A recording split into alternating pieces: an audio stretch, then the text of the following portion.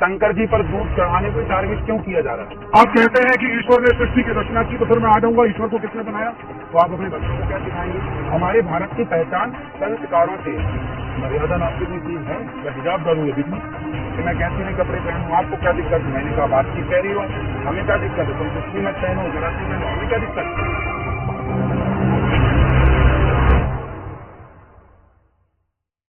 मैं कम्युनिस्ट हूँ। हाँ, मैं नहीं मानता अस्तित्व को ईश्वर के। भाई शुरू से कहा जा रहा है कि जिसने हमें जन्म दिया वो माता है। क्या आप नहीं मानते कि उसे आप माता कहते हैं? नहीं, माता को तो मानते हैं। फिर आप कह रहे हैं कि आप कहते हैं परंपरा में नहीं मानते। आप कहते हैं कि ईश्वर ने सृष्टि की रचना की, तो फिर मैं आ जाऊंगा ईश्वर को किसने बनाया? तो ये डिबेट अनंत हो जाएगी। मैं सबका इसका उत्तर ना विज्ञान के पास है अभी और ना किसी मनुष्य के पास। अलग अलग धर्मगुरु अपने अपने हिसाब से अपनी लॉजिक दे रही है। मैं किसी को बुरा भी नहीं कह रहा, लेकिन मैं आपसे एक बात कह रहा हूं कि शुरू से तो जाति प्रथा भी इस मुल्क में है, इस देश में है। शुरू से जाति प्रथा नहीं है। मैं बता देता हूं आपको, भगवत गीता में लिखा हुआ है वर्ण व्यवस्था है। क्या है उसको आपने समझा? सुनते जाइए आप पहले। महाभारत में सूतपुत्र कह के कर्ण का अपमान हुआ। मैं आपको अनेकों उदाहरण दे सकता हूं जिसमें जाति व्यवस्था, जिसको आप सनातनी समाज कहते हैं, उसका शबरी का के बेर रही है। क्या आप ये चाहते हैं कि ये व्यवस्था रहे? उदाहरण दिया कि जिस माँ ने जन्म दिया है, ये भी तो वर्षों से चली आ रही है माँ की परंपरा। ये मेरी माँ है, क्यों माने?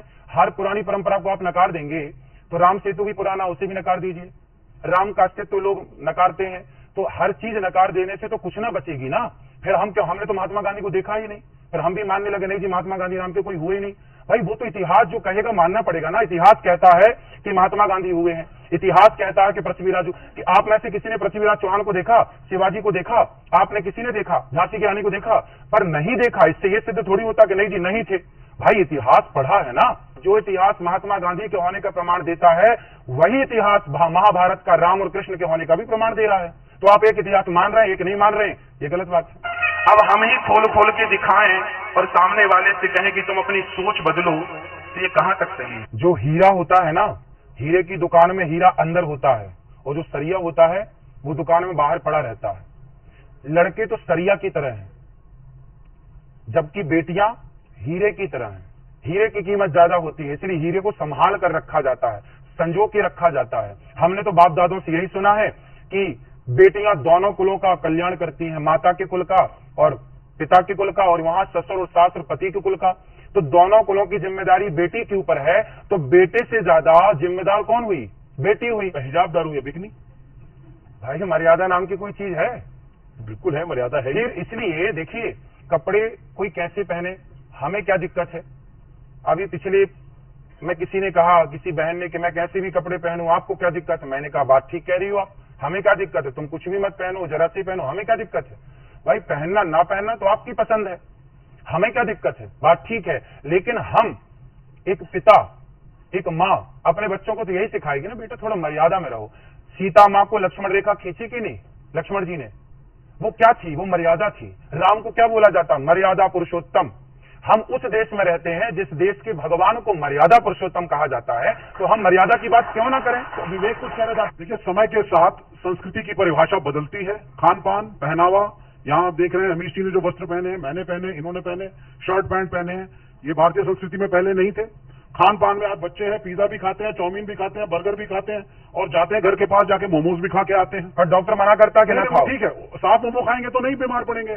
तो हमारी संस्कृति में खान पान, पहनावा, सोच, एजुकेशन सब बदलता है।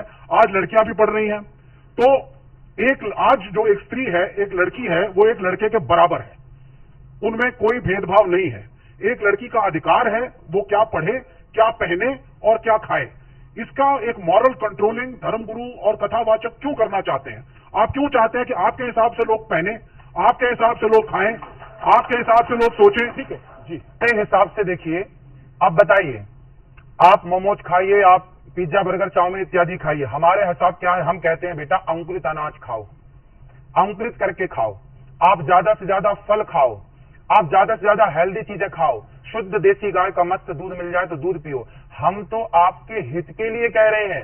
अब बात करते हैं दूध की, दही की, पनीर की, तो आज की डेट में तो डॉक्टर्स और बहुत लोग तो ये सब भी खाना बंद कर रहे हैं। हाँ। कि दूध पनीर वगैरह अच्छा नहीं होता। तो डॉक्टर तो कह रहे हैं, आपको सलाह देते हैं आप अंडा खाओ। डॉक्टर तो आपका धर्म भ्रष्ट करने के लिए बैठे हैं। एक मिनट, इसमें धर्म कहाँ से आ गया? वाह, अंडा खाओगे धर्म भ्रष्ट नहीं मैं होगा। एक प्रश्न आपसे पूछूंगा आचार्य जी, आप उसका मुझे बताइए। कामाख्या देवी को आप मानते हैं? हाँ, मानते हैं, बिल्कुल मानते हैं। कामाख्या देवी में बलि चढ़ती है, सही है गलत? सुनते जाइए, चंडी पूरा, माता में बढ़िया बलि सुनाइए। चढ़ती है, सही है गलत? मैं पूर्वी उत्तर प्रदेश से हूँ, मैं पूर्वी उत्तर प्रदेश से आता हूँ। वहां पे अब योगी आदित्यनाथ उसके उस मठ के महंत बने हैं। पहले वहां पे भी छोटे छोटे सुअर के बच्चों की बलि चढ़ती थी माता को। देवी पाटन सिद्ध देवी का स्थल है। और कायस्तों का एक गांव है वहां पे नवमी के दिन माता को बकरा जरूर चढ़ता है, ठीक। लेकिन हाँ, ये अलग बात है कि ईद में मुसलमानों पे उंगली उठाना बड़ा आसान काम हो गया है हिंदुस्तान में। क्या ये जो नॉनवेज खाने की प्रथा, इन्होंने बोला कि कामाख्या देवी में बकरे की बलि चढ़ती है। हमारे यहाँ बंगाल की राजधानी कोलकाता, वहां भी माता जी का मंदिर है, वहां भी बलि चढ़ती है, आपने बताया। और भारत में बहुत सारे मंदिर हैं ऐसे पुराने जहां बकरे की बलि चढ़ने की परंपरा है, आपने ठीक कहा। अब मैं ये बताऊं कि क्यों। हमारे वेदों में लिखा है स्पष्ट, अहिंसा ही परमो धर्मः। हमारे शास्त्र कहते हैं किसी की हत्या ना करो। हमारा हिंदू सनातन धर्म कहता है किसी की हत्या मत करो। फिर आपने सवाल किया कि कामाख्या में क्यों हत्या हो रही है। अब देखो हो क्या रहा है, हमारे मंदिरों में, हमारे वेदों में कहीं बकरे की बलि चढ़ाने की कोई परंपरा नहीं थी। लेकिन क्या हुआ कि एक मास्टर जी ने एक विद्यार्थी को देखा सिगरेट पीते हुए। तो गुरुजी ने बोला क्यों तुम सिगरेट पीते हो? गुरुजी वो क्या है, आदत हो गई है। कितनी पी जाते हो? बोले 10 पीता हूं मैं रोज दिन भर में। गुरुजी बोले सुन 10 मत पीना, छोड़ दे पूरी। गुरुजी छूटे, अच्छा छूटेगी नहीं तो एक पी लेना, एक पी लेना। वो एक सिगरेट पीने की इजाजत गुरुजी ने क्यों दी? ताकि धीरे धीरे जब 9 छूटेगी तो एक भी छूट जाएगी। तो क्या हुआ कि हमारे यहां अहिंसा की बात तो थी, पर कुछ लोगों ने मांसाहार करना स्टार्ट कर दिया, मांसाहार का प्रचलन बढ़ गया। तो हमारे ऋषि मुनियों ने कहा कि भाई तुम मांसाहार क्यों करते हो जब वेद में लिखा है हत्या नहीं करनी चाहिए। तो बोले गुरुजी क्या करें, एक आदत हो गई है। तो गुरुजी बोले सुनो, तुम फिर रोज ना खा के कभी कभी खाने की मजबूरन इजाजत दी, वो भी निवृत्ति परक थी कि आप छोड़ दें, इजाजत नहीं दी कि खाओ। आप 10 सिगरेट रोज पीते हैं तो मैं आपने आपको कहा तो गुरुजी होंगे जिन्होंने इसकी इजाजत दी होगी, उनका फिर नाम होगा। सब बता रहा हूं, सब बता रहा हूं। अभी मैं आपके पास आऊंगा। फिर क्या हुआ, ऐसे से ये मंदिरों में मनमाने ढंग से, कोई मंदिर में कोई देवी देवता नहीं चाहती, देवी नहीं चाहती कि मुझे बलि दो, ये मनमाना आचरण है। ये जो बकरी की बलि चढ़ा रहे हैं ना लोग, हिंदू लोग, सनातनी, ये सब मनमाना है। इनको मैं कथा जो परंपराएं चली आ रही हैं, अब वो तो चली आ रही है ना। अब हम लोग कह रहे हैं कि मत पहले के लोग पति पत्नी, पहले के लोग शादी होती थी तो शादी के बाद सबसे पहले घर में सत्यनारायण भगवान की कथा होती थी, पूजा पाठ होती थी। आजकल तो शादी हुई और पहले ही टिकट हो जाती है घूमने की, वहां जाएंगे, वहां ये मूवी देखेंगे, ये पिक्चर देखेंगे, यहाँ घूमेंगे, उस पार्क में। शादी करना बहुत आवश्यक है। और शादी के बाद आपकी जो रीति रिवाज है, हमने पुरानी रीतियां देखी कि शादी के बाद पहले बहू आती है तो वहां पर कुल देवताओं की पूजा होती है, अपने देवी देवताओं की उपासना होती है, बड़े बुजुर्गों को प्रणाम होता है, गांव में कुल देवता, स्थान देवता, ग्राम देवता को प्रणाम होता है। फिर आप जाइए, एंजॉय करिए, कोई रोक थोड़ी रहा है, पर एक मर्यादा है। आज के लोग एंजॉय करना चाहते हैं। नहीं भैया, आपकी बात ठीक है, आपकी बात बिल्कुल ठीक है। मैं क्यों पाबंदी लगाऊंगा, मैं कौन होता हूं। लेकिन एक नसीहत, एक आपका भाई, आपका बेटा, आपका अपना होने के नाते आपने मुझे यहां बिठाया है ना, तो इसके नाते मैं आपको एक सलाह तो दे सकता हूं कि देखिए, आज की आपाधापी में मत जाइए, आज की चमक में मत जाइए, लेकिन अपने संस्कारों, आप मॉडल बनिए। आप 21वीं सदी में तो हैं, लेकिन संस्कारों को भुलाकर क्या पाओगे। आप आगे बढ़ेंगे संस्कारों को लेकर तो कल आपके बच्चों को आप संस्कार दे पाएंगे। जब आज आप ऐसे हैं संस्कारहीन हो जाएंगे तो आप अपने बच्चों को क्या सिखाएंगे।